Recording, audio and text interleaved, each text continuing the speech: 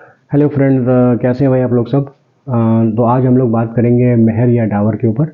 और मेहर और या डावर और दहेज और डावरी में देयर इज़ अ डिफरेंस। कि दहेज या डावरी जो है वो एक तरह का जो ब्राइड है, जो लड़की है, उसको गिफ्ट दिया जाता है बाय हर पेरेंट्स और बाय हर फादर, या उसके जो लड़की के जो घर वाले हैं वो एक तरह का गिफ्ट ये देते हैं, that is known as your दहेज या डावरी। तो मुस्लिम लॉ में उसका बहुत ज़्यादा कॉन्सेप्ट नहीं है दहेज का। लेकिन हाँ, डावर जो है वो मेहर जो है वो एक तरह का, वो कोई कंसिडरेशन तो नहीं है शादी के लिए, लेकिन हाँ एक ऑब्लिगेशन है लड़के की तरफ से कि भाई वो अपनी जो वाइफ है उसके लिए कुछ रिस्पेक्ट जो है वो शो करता है।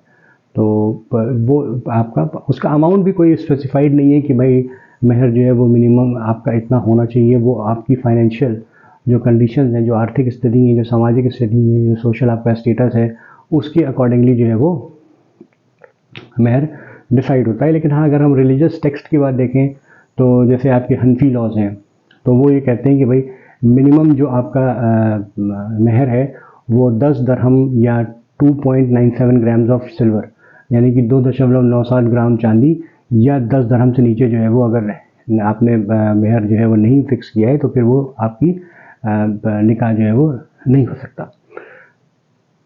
अगर हम बात करें मेहर, एक मेहर फातिमी है, वो उसके उसका जो स्पेसिफाइड अमाउंट है वो 500 दरहम का है, या ऐसी कुछ 1.5 ग्राम्स, मतलब 1 किलो, 1.5 किलो या 2 किलो चांदी के आसपास उसकी जो है वो अमाउंट है कि इतना चांदी, 1.5-2 किलो चांदी, 1.5-2 किलो चांदी, या आपका 500 दरहम।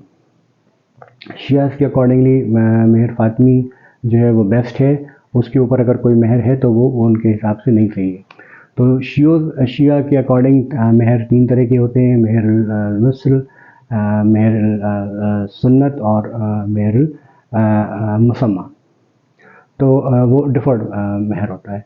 वैसे अगर कोई मेहर, अगर शादी जो है वो डिज़ोल्व हो जाती है सुन्नी ट्रेडिशन के अकॉर्डिंगली, तो मेहर जो है वो आपको शादी के बाद भी आप उसको क्लेम कर सकते हैं थ्रू, और मेंटेनेंस भी आप क्लेम कर सकते हैं, जो आपका प्रोटेक्शन ऑफ वुमेन राइट्स है, मुस्लिम राइट्स 1986 का जो लॉ है उसके अकॉर्डिंगली।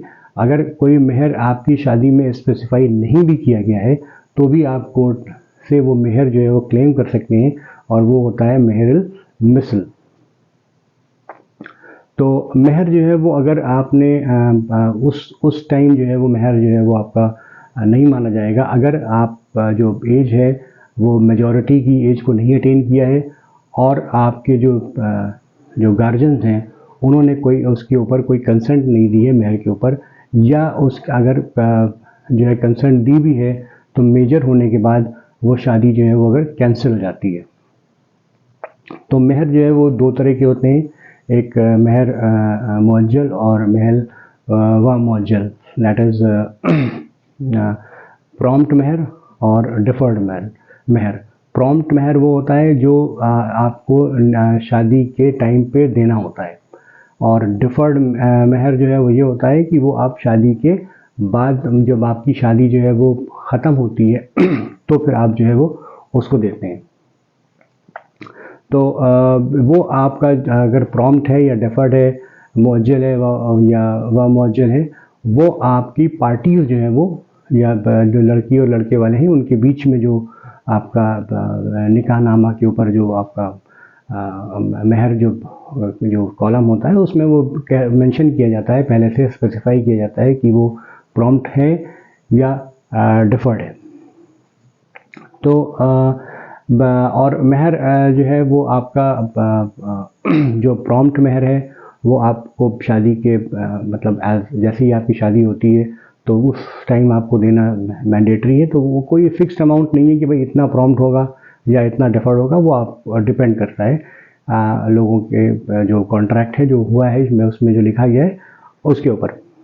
फिर उसके बाद जो मेहर है वो आपका लिमिटेशन एक्ट की जो सेक्शन 29 सब सेक्शन 3 है उसके अंतर्गत जो मेहर है उसके ऊपर हम आपकी कोई रिकवरी का सूट नहीं फाइल कर सकते, क्योंकि वो आपका और जो लॉज होते हैं जो डाइवोर्स के, उनके अकॉर्डिंगली वो चलता है। मेहर और मिसल आपको जो कोर्ट है वो आपको प्रोवाइड करता है in case if there is no, अगर आपने कोई मेहर जो है वहाँ पे मेंशन या स्पेसिफाई नहीं किया है। तो ये मैंने एक आपको छोटा सा इंट्रोडक्शन दिया है मेहर के ऊपर, और हम इसमें और भी आगे बात करेंगे अपनी अगली क्लास में। Thank you.